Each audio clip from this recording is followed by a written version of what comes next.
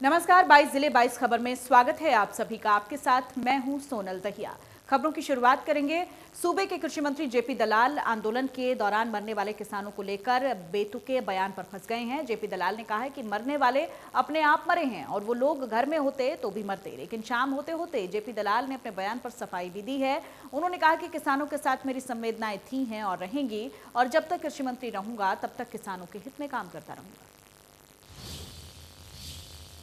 इनको आराम से 2 अक्टूबर तक तो अगला टाइम दिया है। हम कहेंगे अगले 2 अक्टूबर तक और बैठो भाई। 2 अक्टूबर का तो खुद ही कह दिया बैठे, तो हमें कोई दिक्कत नहीं है।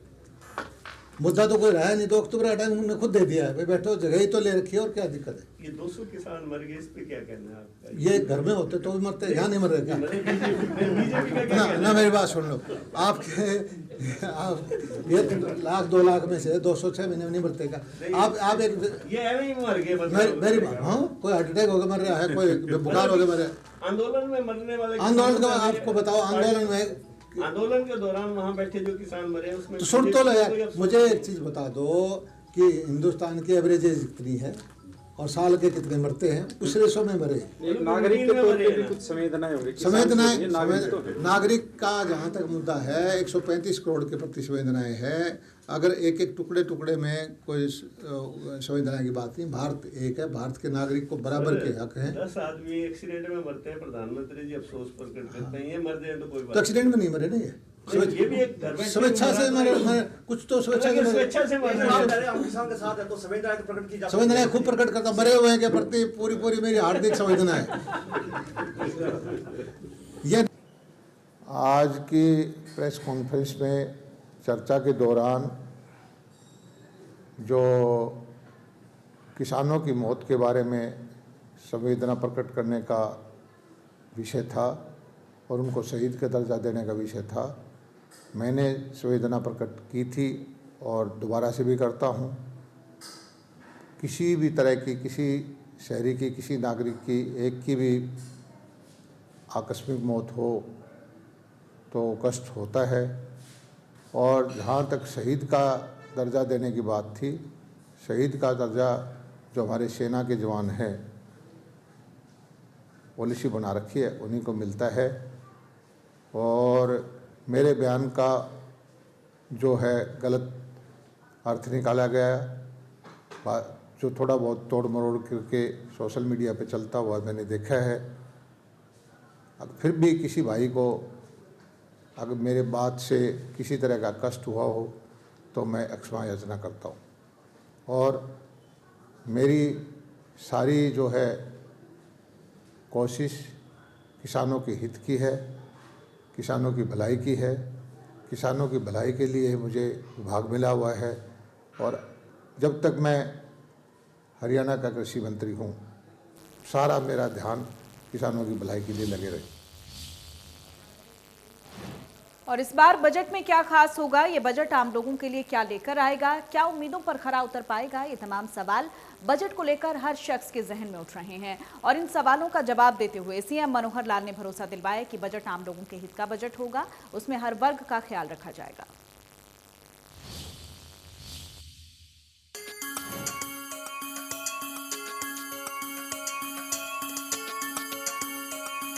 कोरोना काल के बाद हरियाणा का पहला बजट कैसा होगा? केंद्रीय बजट के बाद ये सवाल प्रदेश के लोगों के मन में उठ रहा है। देश और प्रदेश की कमाई घटी है, आम लोगों की तो बात ही क्या की जाए। हालांकि इस बीच में मुख्यमंत्री मनोहर लाल ने संकेत दिए हैं कि बजट लोकहित वाला होगा, जिसमें हर वर्ग का ध्यान रखा जाएगा। शुक्रवार को केंद्रीय मंत्री रतनलाल कटारिया के आवास पर सांसदों की बैठक के बाद सीएम ने शनिवार की सुबह मानेसर आईएमटी इंडस्ट्रियल एसोसिएशन के कार्यक्रम में शिरकत की। वहां भी संदेश यही दिया गया कि सबको ध्यान में रखकर बजट बनाया जाएगा। हालांकि कोरोना की वजह से इस बार लोगों, उद्योगपतियों और दूसरे वर्गों के सुझाव फिजिकली मीटिंग के जरिए नहीं ले पाए, लेकिन सीएम ने भरोसा दिलाया है कि हितधारकों के सुझाव जरूर लिए जाएंगे और इसके लिए 20 फरवरी तक का वक्त भी दिया गया है। विधायकों और सांसदों से भी परामर्श लिया जाएगा और जो सुझाव शामिल करने वाले होंगे उन्हें जरूर शामिल किया जाएगा। बजट लोकहित वाला होगा और सभी वर्गों का ध्यान रखा जाएगा। तो जैसे हमने पिछले वर्ष बजट पूर्व कुछ मीटिंग्स की थी अलग अलग स्टेक होल्डर्स और साथ में हमारे जो चुने हुए प्रतिनिधि हैं, उसी क्रम में इस बार के बजट से पूर्व सांसदों से आज बैठ कर के हमारी बातचीत हुई है। उसमें से कुछ अपेक्षाएं या कुछ नए विचार जो सांसदों ने दिए हैं, उनको निश्चित रूप से हम सुझावों को ध्यान में रखते हुए अपने बजट में कहीं ना कहीं उनको समाहित करेंगे। और विशेष तौर पर इसमें आज दूसरी जो चर्चा हुई, केंद्र का जो बजट आया है उस बजट में हरियाणा की हिस्सेदारी हम कैसे ज़्यादा बढ़ा सकते हैं, इस पर विचार विमर्श हुआ है। मुख्यमंत्री मनोहर लाल ने बताया कि प्रदेश का बजट मुख्य रूप से 5 विषयों पर फोकस्ड होगा।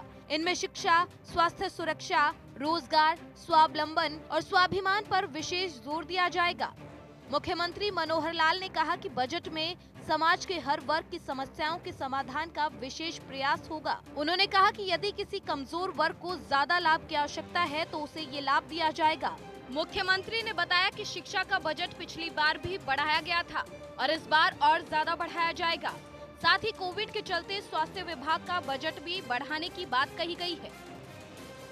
और कुल मिलाकर के एक बजट सत्र क्योंकि चल रहा है, इस समय सभी सांसदों का मिलना स्वाभाविक है कि बड़ा आसान होता है उपलब्ध होना उनका।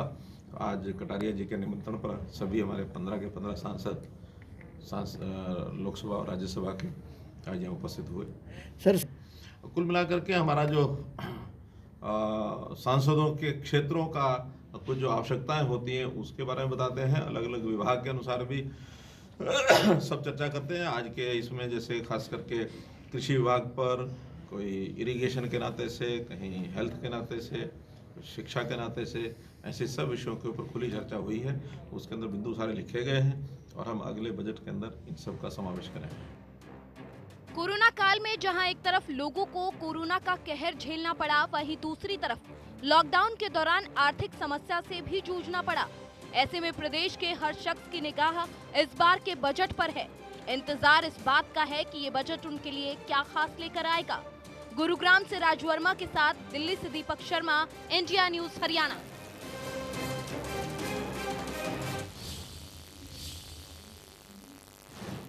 और वहीं इनेलो के वरिष्ठ नेता अभय चौटाला ने इंद्री के डबकौली गांव में लोगों को संबोधित किया है। किसान जन जागरण अभियान के तहत अभय चौटाला लोगों के बीच पहुंचे हैं। किसान आंदोलन पर बोलते हुए अभय चौटाला ने बॉर्डर पर पुलिस की तरफ से बरती जा रही सख्ती को लेकर सरकार पर निशाना साधा और आंदोलन में किसानों की मौत को लेकर भी सरकार से सवाल पूछा।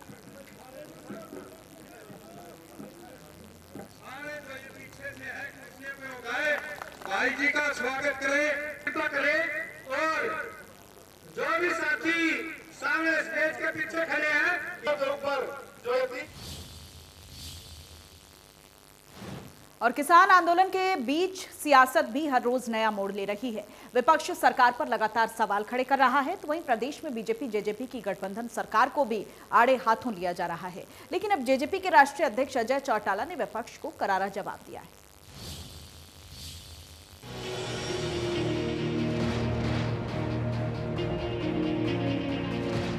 एक तरफ जहां किसानों का आंदोलन जारी है, वहीं दूसरी तरफ इस आंदोलन को लेकर सियासत भी चरम पर है। विपक्ष लगातार सरकार को घेरने की कोशिश कर रहा है, वहीं सत्ता पक्ष कानूनों को किसानों के पक्ष में बताकर विपक्ष पर किसानों को गुमराह करने का आरोप लगा रहा है। इस बीच उप मुख्यमंत्री दुष्यंत चौटाला के इस्तीफे की मांग कर रहे विपक्षियों को जेजेपी अध्यक्ष अजय चौटाला ने करारा जवाब देते हुए कहा कि दुष्यंत चौटाला का इस्तीफा मेरी जेब में है। अगर दुष्यंत के इस्तीफे से कोई हल निकलता है तो अभी इस्तीफा दे देता हूँ। अजय सिंह चौटाला के इस्तीफे से कोई मकसद हल हुआ है मुझे ये बता दो, और मेरी तो जेब में है दुष्यंत का इस्तीफा, मैं अभी दे देता हूँ। अगर उस बात से मकसद हल होता हो तो हम एक पल भी नहीं लगाएंगे। केंद्र का कानून बनाया हुआ है, केंद्र निर्णय करे या हरियाणा के 10 सांसद रिजाइन करे जिन्होंने इस पे मोहर लगाने का काम किया है, या 5 राज्यसभा के सांसद जो हैं वो रिजाइन करें। दुष्यंत के रिजाइन मांगने से, हरियाणा के मिनिस्टर के किसी रिजाइन करने से अगर समस्या का समाधान होता है तो मैं तो डिप्टी चीफ मिनिस्टर का इस्तीफा मेरी जेब में है। मैंने तो कल भी पंचकुला में कहा था कि एक पल भी नहीं लगाऊंगा। और वो लोग मुझे ये तो बताइए SYL का समाधान भी साथ साथ करवा लें, ठीक है। उस मुद्दे को भी सुलझा लें, वो तो हरियाणा की जीवन रेखा है। एक दूसरा चैलेंज उन्होंने दिया है कि आपके परिवार का कोई भी व्यक्ति उनके सामने में इलाहाबाद सीट से चुनाव लड़के देख ले। वो हमारे परिवार का सदस्य खुद नहीं है क्या? वही लड़के देख लेंगे, पता लग जाएगा अपने आप। वहीं अजय चौटाला से जब अभय चौटाला के इस्तीफे को लेकर सवाल किया गया तो उन्होंने कहा कि उनके इस्तीफे से क्या इस समस्या का हल हो सकता है। इस समस्या का हल केवल चर्चा से ही निकल सकता है। दोनों पक्षों को एक एक कदम पीछे हटते हुए बातचीत के लिए आगे आना चाहिए ताकि इस समस्या का समाधान हो सके। मैं तो पहले दिन से इस बात का पक्षधर रहा हूँ कि कोई भी समस्या का निजात तो बातचीत के जरिए ही होता है, और बातचीत में दोनों तरफ से अगर कोई झुकने का या एक स्टेप वापस लेने का काम करे तभी बात बनती है। राजनीति में वार पलटवार तो चलता ही रहता है। बहरहाल जेजेपी अध्यक्ष अजय चौटाला के इस करारे जवाब को लेकर क्या प्रतिक्रिया सामने आती है वो देखने वाली बात होगी। सिरसा से अमर जानी, इंडिया न्यूज हरियाणा। और वहीं कैबिनेट मंत्री मूलचंद शर्मा ने बल्लभगढ़ नगर निगम कार्यालय में नगर निगम अधिकारियों के साथ बैठक की है। विकास कार्यों में तेजी लाने के लिए सभी जेई और एसडीओ की जिम्मेदारी तय की गई है। बैठक में अधिकारियों को दिशा निर्देश दिए गए हैं कि निगम अधिकारियों के साथ बैठक कर विकास कार्यों की समीक्षा रिपोर्ट लेंगे। शहरवासियों को मूलभूत सुविधाओं के लिए कोई परेशानी न हो, इसके लिए भी सभी अधिकारी अपनी जिम्मेदारी से काम करें।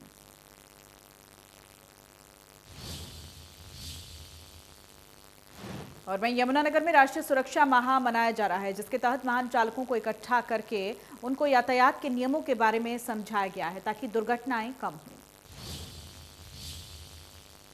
रोड पे कम से कम कैजुअलिटी हो, क्योंकि आजकल देखने में आया है कि रोड के ऊपर बहुत ज़्यादा कैजुअलिटीज हो जाती हैं, और जिसको रोकने के लिए सरकार ने हरियाणा परिवहन सुरक्षा सप्ताह मनाया है। ये पूरे देश में कार्यक्रम चल रहा है।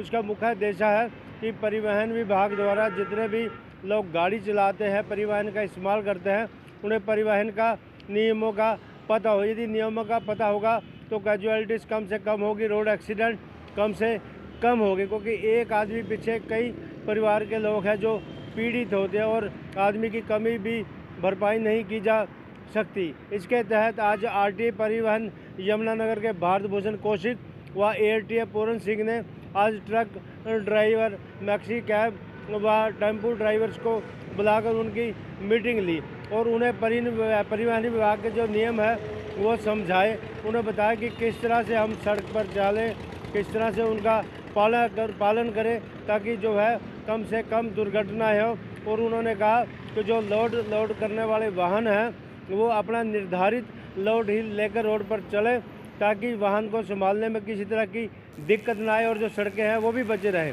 यमुनानगर से देवीदास शारदा, इंडिया न्यूज़ हरियाणा। और वहीं कैथल पुलिस ने प्रेजेंट डे की शुरुआत की है। थाना प्रभारियों के नेतृत्व में पुलिसकर्मी शहर की सड़कों पर निकले, लोगों से रूबरू हुए और उनकी समस्याओं के बारे में जाना है। एसएचओ ने बताया कि पुलिस प्रेजेंटेड का मुख्य उद्देश्य लोगों के बीच पुलिस की मौजूदगी को दर्शाना है। पुलिस की पहल को लोगों की तरफ से अच्छा फीडबैक मिल रहा है। ये भी बताया गया कि लोगों में अच्छा संदेश जाएगा कि पुलिस अलर्ट पर है और हर समय आपके साथ खड़ी है।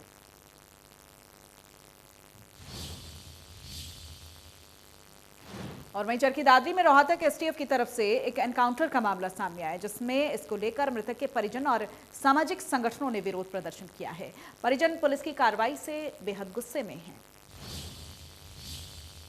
रोहतक एसटीएफ के जवान के गोली चलने से चरखी दादरी निवासी बिंदर की हुई मौत के मामले को लेकर अभी तक बवाल थमने का नाम नहीं ले रहा है।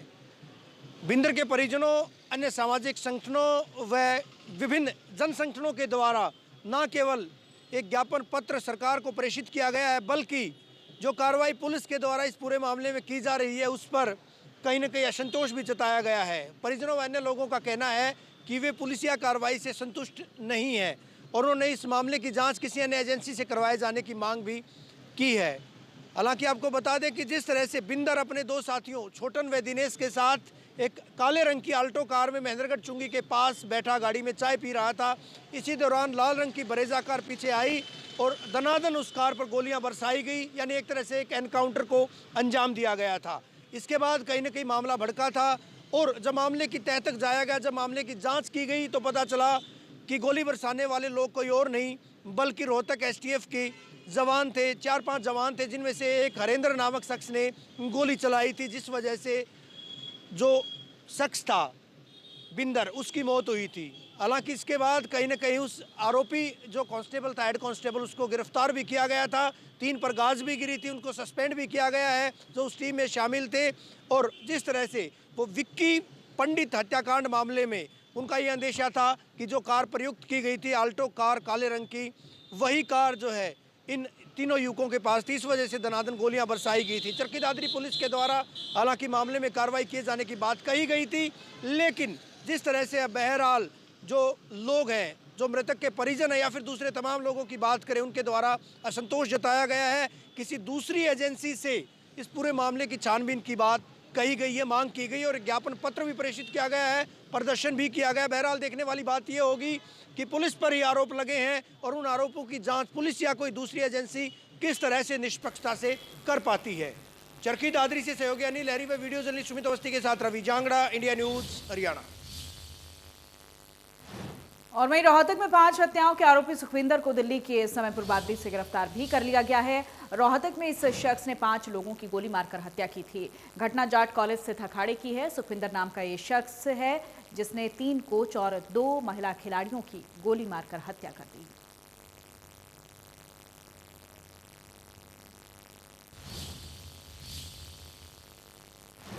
और वहीं रेवाड़ी में शहर को आवारा पशु मुक्त करने के लिए नगर परिषद के दावे फेल साबित हो रहे हैं।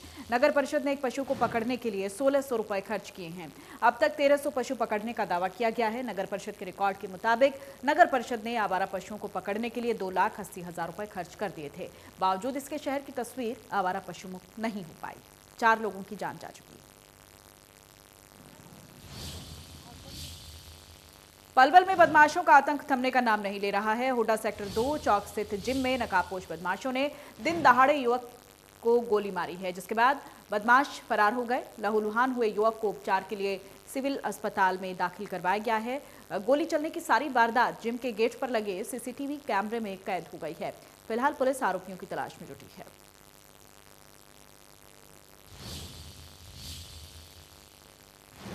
और वहीं गोहाना में पत्नी की हत्या कर शव को ड्रेन में फेंकने वाले आरोपी विकास को पुलिस ने गिरफ्तार कर लिया है। आरोपी को पुलिस ने अदालत में पेश किया है, जहां से उसे कोर्ट ने 2 दिन की पुलिस रिमांड पर भेज दिया है। अभी तक की पूछताछ में खुलासा हुआ है कि विकास ने अपनी पत्नी को पहले गला दबाकर उसकी हत्या की, बाद में शव को खुर्द-बुर्द करने की नीयत से एक बोरी में डालकर ड्रेन नंबर 8 में डालकर मौके से फरार हो गया। मृतका ज्योति की शादी 13 साल पहले विकास के साथ हुई थी। पुलिस की जानकारी के अनुसार विकास शराब का आदी है और अपनी पत्नी के चरित्र पर शक करता था। इसी बात को लेकर मारपीट होती रहती थी।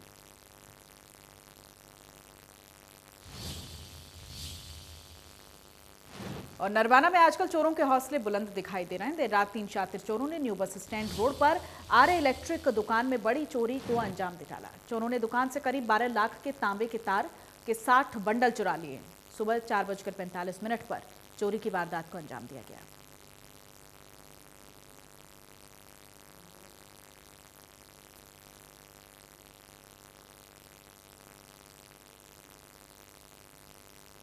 और वहीं अंबाला पुलिस ने पिछले काफी दिनों से नशे के खिलाफ अभियान छेड़ा हुआ है, जिसके चलते लगातार नशा बेचने की धरपकड़ जारी है। और इसी कड़ी में अंबाला पुलिस पिछले 1 सप्ताह से अलग अलग नाकेबंदी में 5 नशे के तस्करों को धर दबोच चुकी है। 8 फरवरी को 3 नशा बेचने व करने वालों को पकड़ा गया था, जिसके बाद फिर एक नशा तस्कर पुलिस के हत्थे चढ़ गया।